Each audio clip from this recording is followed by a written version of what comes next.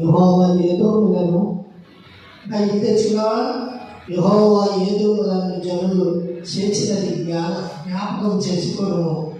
యెరూషలేము పాడైన దినమున జ్ఞాపకం తెచ్చుకును. పరిశుద్ధాత్మ దేవతలు చెట్టునడా మహోన్నతుడా నిర్దేశుడా సహాయం చేయని అడుగుతున్నాను ప్రభా. గొప్పదేవి ఎవరన్నా మాటలు చదువుకొని వినిపించుకున్నాను, చేతులుగా చెబుతున్నాను. దూరాన్ని సమీపం అనేక మందిని నీ ఆశ్చర్యగానే తోలికరండి. అవి కేవలం రాలేనప్పుడు ఎందుకైనా అలాగా నజరేయుడైన యేసుక్రీస్తునామములో వేడుకుంటున్నాను తండ్రి, ఆమేన్. అలాగే ఇక్కడ యెరూషలేము ఏదోము జనులను జ్ఞాపకం చేసుకున్నాము. యెరూషలేము పాడైన దినమున జ్ఞాపకం తెచ్చుకున్నాము. యెరూషలేము ఇలాగ మందిరం పాడైపోతుంది, ఇలా జనం లేకుండా పాడైపోతుంది ప్రభు, జ్ఞాపకం చేసుకోమంటున్నాడు దేవుడు దావీదు. అలాగే ఏదోము జనులు చేసిన జ్ఞాపకం చేసుకో అంటున్నాడు. ఏదోము ఆనాడు ఏదోము తోటలో ఆదామును పెడితే జనులు ఆ మాట దేవుడు మాట సాధారణ మాట విన్నాడు. ఇక్కడ వాడు యెరూషలేము పాడైన దినమున జ్ఞాపకం చేసుకుని తెచ్చుకోమంటున్నాడు దావీదు మహారాజు. అలాగే ఆయన మరి ఏది పాడైపోతుంది కాదు, ఇందులో అనేక ఆత్మలు కూడా రావాలి, అనేక మంది ఇందులో నింపబడాలి. ఇది ఆరాధన చేయబడాలి, ఇది ఆరాధనతో మందిరం నింపబడాలి. ఈ మందిరం అందించిన యెరూషలేము పాడైపోకుండా జ్ఞాపకం తెచ్చుకోవడం అంటున్నాడు దావీదు మహారాజు. మందిరం పాడైపోతుండగా మరి ఈ మందిరంలో ఇలా కాలిపోవడం దేవుడికి ఇష్టం కాదు కాబట్టి దేవుడు అది దావీదు కూడా జ్ఞాపకం చేసుకోమంటున్నాడు. దావీదు కూడా ఈ మందిరాన్ని ఈ మందిరాన్ని కూడా నువ్వు జ్ఞాపకం చేసుకో బ్రహ్మా, ఈ మందిరాన్ని కూడా నువ్వు జ్ఞాపకం చేసుకోండి, ఈ చిన్న మందిరాన్ని మీరు జ్ఞాపకం చేసుకోండి, ఏదో జ్ఞాపకం చేసుకోండి. ఈ యెరూషలేము ఈ మందిరం పాడైపోతుండగా మీరు జ్ఞాపకం తెచ్చుకోండి అయ్యా. ఈ నామాన్ని మరి తెచ్చుకోండి. పాటల వాక్యంలో మీరుండి అయ్యా, నేను ఆకాశం ఉంటుంది, భూమి ఉంటుంది, నీ ప్రజలు నీ మాట వింటాలేదు తండ్రి, మీరే సహాయం చేయండి. క్రీస్తు నామములో వేడుకున్నాను తండ్రి, ఆమేన్.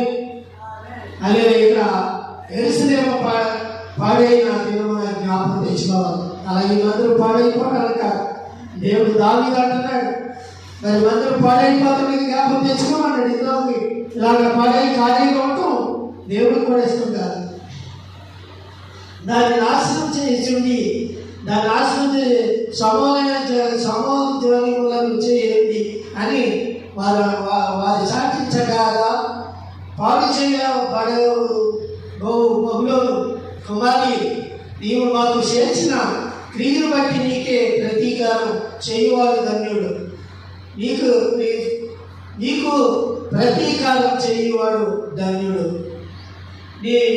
నీ పసిపిల్లలను పట్టుకొని వారిని పండగేసి పట్టువాడు ధన్యుడు.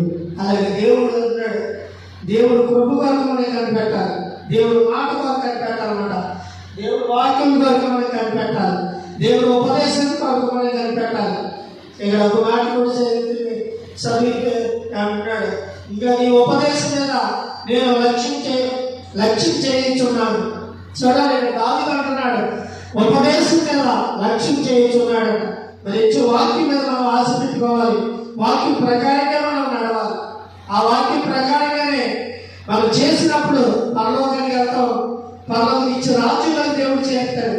ఆ ఉపదేశం లేకుండా ఎంత భక్తి చేసినా అది వ్యర్థమైపోవడానికి అవకాశం ఉంది. అది అన్నాడు, ఉపదేశం నేను లక్ష్యం చేయించున్నాను. కావున వృద్ధుడి కంటే నాకు శేష జ్ఞానం కావాలి, వృద్ధుడి కంటే పెద్దవాడి కన్నా నాకే ఎక్కువ జ్ఞానం కావాలి. దావీదు అంటున్నాడు, నాకెందుకు కలదు, వృద్ధుడి కంటే జ్ఞానం నాకు ఎక్కువ లభించింది అంటున్నాడు.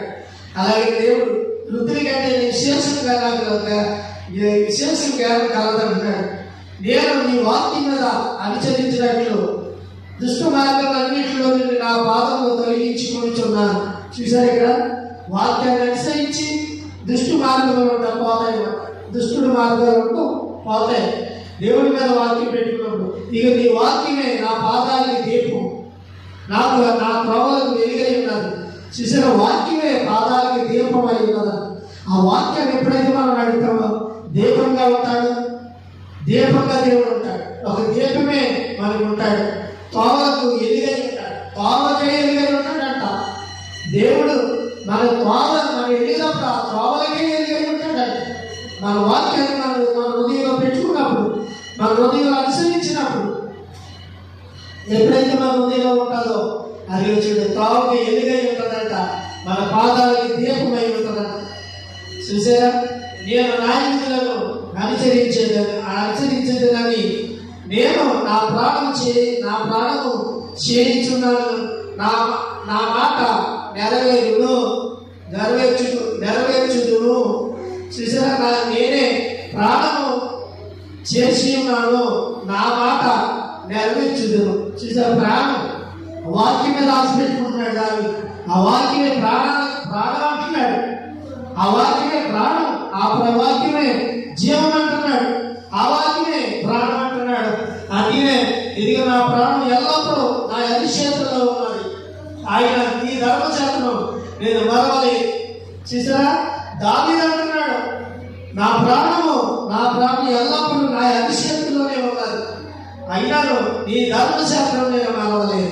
చూసారు, వాక్యాన్ని మర్చిపోలేదంట దావీదు. అందుకని గొప్పవారు మహారాజు అయిపోయాడు. మనం కూడా ఆ వాక్యాన్ని అనుసరించినప్పుడు, ఆ వాక్యం మన హృదయంలో ఉంచుకున్నప్పుడు, మన త్రోవలకి ఎలుగు, మన పాదాలకి దీపమై ఉంటాడు. ఆయన గొప్ప దేవుడిగా ఉంటాడు. అలాగే మరి దేవుడు మర్చిపోకుండా మనం ఆ వాక్యాన్ని అనుసరించాలి. దేవుడు మాటలే మనం అనుసరిస్తూ ఉండాలి. అంటున్నాడు, ఇక నీ ఉపదేశ మార్గమును నాకు బోధిపరచుము, నీ ఆశ్చర్య కార్యములను నేను ధ్యానం చేస్తాను. ఇక్కడ ఏమన్నాడు దావీదు? ఇక్కడ